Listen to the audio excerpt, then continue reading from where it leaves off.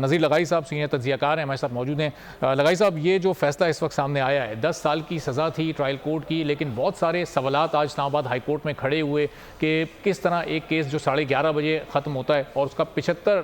صفحات پر مشتمل ایک طویل فیصلہ کچھ ہی دیر میں جاری ہو بھی جاتا ہے اور ثبوت ناکافی ہوتے ہیں، شواہد ناکافی ہوتے ہیں، اس کے باوجود یہ سزا سنا دی جاتی ہے۔ تو آج اسلام آباد ہائی کورٹ کے اس فیصلے پر کیا کمنٹ کریں گے؟ دیکھیں، ایک تو یہ کہ اسلام آباد ہائی کورٹ نے کئی جگہوں پر اپنی پوزیشن لی اور پوزیشن لینے کے بعد جو ہے یکے بعد دیگر فیصلے، اس سے پہلے جب یہ سزائیں سنائی جا رہی تھیں اس وقت یہ لگ رہا تھا کہ کورٹس نے ایک خاص پوزیشن لے رکھی ہے اور وہ جس طرح سے ایک کے بعد دوسرا، دوسرے کے بعد تیسرے کیسز کی سزائیں آ رہی تھیں، اس وقت لگ رہا تھا کہ شاید آگے چل کر ان سزاؤں کو برقرار رہنا یا ان کا اسی طرح سے جاری رہنا جو ہے وہ شاید بہت مشکل ہوگا۔ اور یہ ہو گیا ہے کہ بریت کا سلسلہ بھی شروع ہو چکا ہے اور اس کیس میں بری ہونا جو ہے یہ ایک بہت بڑی کامیابی جس طرح توشہ خانہ کیس کا ہوا اور اس کے بعد اب یہ کیس جو ہے اس کے بعد اس کا فیصلہ آ گیا ہے۔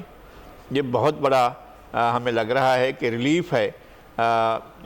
عمران خان کو اور ان کی پارٹی کے لیے، اور دونوں جو لیڈرز ہیں ان کے بری ہوئے ہیں اس کیس میں، اور اسلام آباد ہائی کورٹ کا جو بینچ ہے، ڈویژن بینچ، وہ فیصلہ سناتا ہے تو دونوں کو بری کرتا ہے۔ اور ایک بات یہ بھی ذہن میں رہے کہ پی ٹی آئی تو چیف جسٹس اسلام آباد ہائی کورٹ کے خلاف باقاعدہ کمپلین تک بھی کر چکی تھی اور یہ ان کی طرف سے فیصلہ آیا ہے۔ اور اس سے پہلے جو ہے اپنا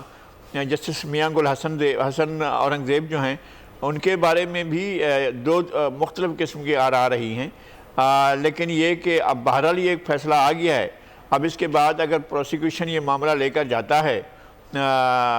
سپریم کورٹ میں تو پھر سپریم کورٹ میں آگے جا کر دیکھنا ہے کہ سپریم کورٹ میں کیا صورتحال بنتا ہے۔ اصل بات یہ ہے کہ یہ پورے کا پورا اس وقت سوسائٹی کے ساتھ اداروں کے ساتھ سروسز اور تمام ماحول جو ہے پورے کا پورا پولرائزڈ ہے، اور اس پولرائزڈ ماحول میں کسی بھی طرح کے نتائج آ سکتے ہیں۔ ہمیں اس کے لیے بھی پورے طور پر تیار رہنا چاہیے اور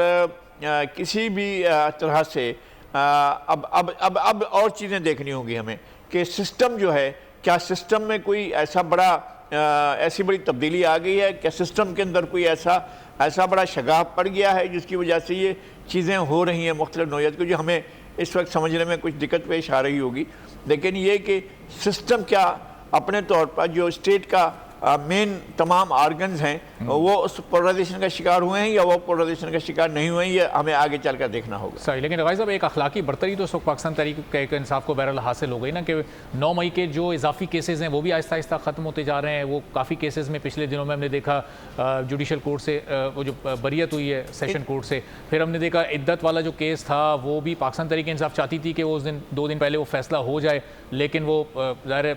متعلقہ فریق کی وجہ سے وہ اب دوسری عدالت کو منتقل ہوا ہے۔ پھر جو اضافی نشستوں والا معاملہ ہے اس کی بھی ہیئرنگ چل رہی ہے سپریم کورٹ میں، تو وہ بھی ان کی وہاں درخواست دیکھیں، یہ کچھ بھی ہو رہا ہو، کوئی چیز بھی ہو رہی ہے، کسی کی طرف بھی فیصلے آ رہے ہیں، لیکن ایک بات حقیقت ہے کہ 9 مئی کا واقعہ ہوا تھا اور کیمروں کے سامنے ہوا تھا، ساری دنیا نے وہ دیکھا تھا۔ آپ سب کو بری کر دیں تب بھی اس سے میری صحت پر یا احتشام صاحب کی صحت پر یا آپ کی صحت پر کوئی فرق نہیں پڑتا ہے۔ اسٹیٹ اپنے بارے میں کیا کہے گی؟ اگر اسٹیٹ کے کسی انسٹرومنٹ پر، کسی اسٹیٹ کے کسی آرگن پر، اسٹیٹ کے کسی ادارے پر اگر اٹیک ہوتا ہے اور بعد میں اس طرح سے چیزیں ہو جاتی ہیں تو پھر اس کے آگے کیا ہوگا؟ اور یہ کہ اگر اسٹیٹ میں کوئی بھی کسی بھی آرگن کا، کسی بھی انسٹیٹیوشن کا، کسی بھی انسٹرومنٹ کا اگر چیف جو ہے وہ اگر اس کو جو ہے وہ اس طرح کر دیا جائے کہ لگے کہ جناب اب رٹ جو ہے وہ اور طرف چلی گئی ہے، کسی طرف اور طرف معاملہ چلا گیا ہے، تو پھر آپ اسٹیٹ کے بارے میں ضرور سوچیں کہ اسٹیٹ اب کہاں کھڑی ہوئی ہے اور کیا یہ کون سے ایلیمنٹ ہیں۔ کیا یہ سائفر کا معاملہ جو ہے کوئی اتنا ٹرانسپیرنٹ تھا؟ ہمارے سامنے تو بالکل صاف تھا کہ ایک سائفر آیا تھا، اسد مجید صاحب نے بھی ایک پوزیشن لی تھی، ایک پوزیشن جنہوں نے یہ بھیجا تھا انہوں نے ایک پوزیشن لی تھی، پھر ایک کمیٹی نے پوزیشن لی تھی جس کا آپ کی جو ہے وہ، تو آپ اس کی طرف جائیں گے جب آپ کہ جناب اس کے اوپر جو آپ کی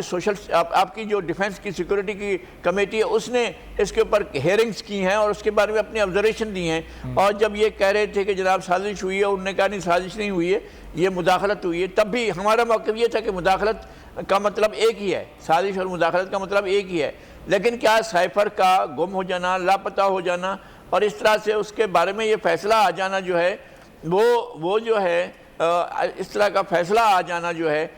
کہ جناب ایک پہلے ان کو کنویکٹ کیا گیا اور اب ان کو بری کر دیا گیا ہے، بہرحال یہ سوال ضرور کھڑے ہوں گے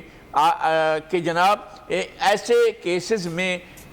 جتنی جلد بازی سے سزا دی گئی اس سے کہیں زیادہ جلد بازی سے اور کیس کو آگے لے جا کر اس کو اڑا کے رکھ دیا گیا ہے، تو یہ بھی ہمارے سامنے رہے گا اور ہمارے سامنے بھی رہے گا اور ان تمام لوگوں کو جو تاریخ کے طالب علم ہیں ان کے بھی سامنے بھی رہے گا کہ جناب کس طرح سے اس کو اڑا دیا گیا ہے۔ تو میں یہ سمجھتا ہوں بعض لوگوں کا یہ نقطہ نظر تھا، شاید ان میں بھی شامل تھا کہ لاڈلا بہرحال لاڈلا ہے، تو اب لاڈلے کے بارے میں کیا سوچا جا سکتا ہے کہ وہ کیا سسٹم جو ہے اس کے سامنے سرنڈر کر چکا ہے یا کچھ اور ہوا ہے، یہ باتیں اور آگے جا کر کھلیں گی، لیکن بہرحال ایک ایسی چیز ہو گئی ہے جو کورٹ کی طرف سے ہوئی ہے، عزت مآب کورٹ کی طرف سے ہوئی ہے اور ہم کورٹ کا احترام کرتے ہیں،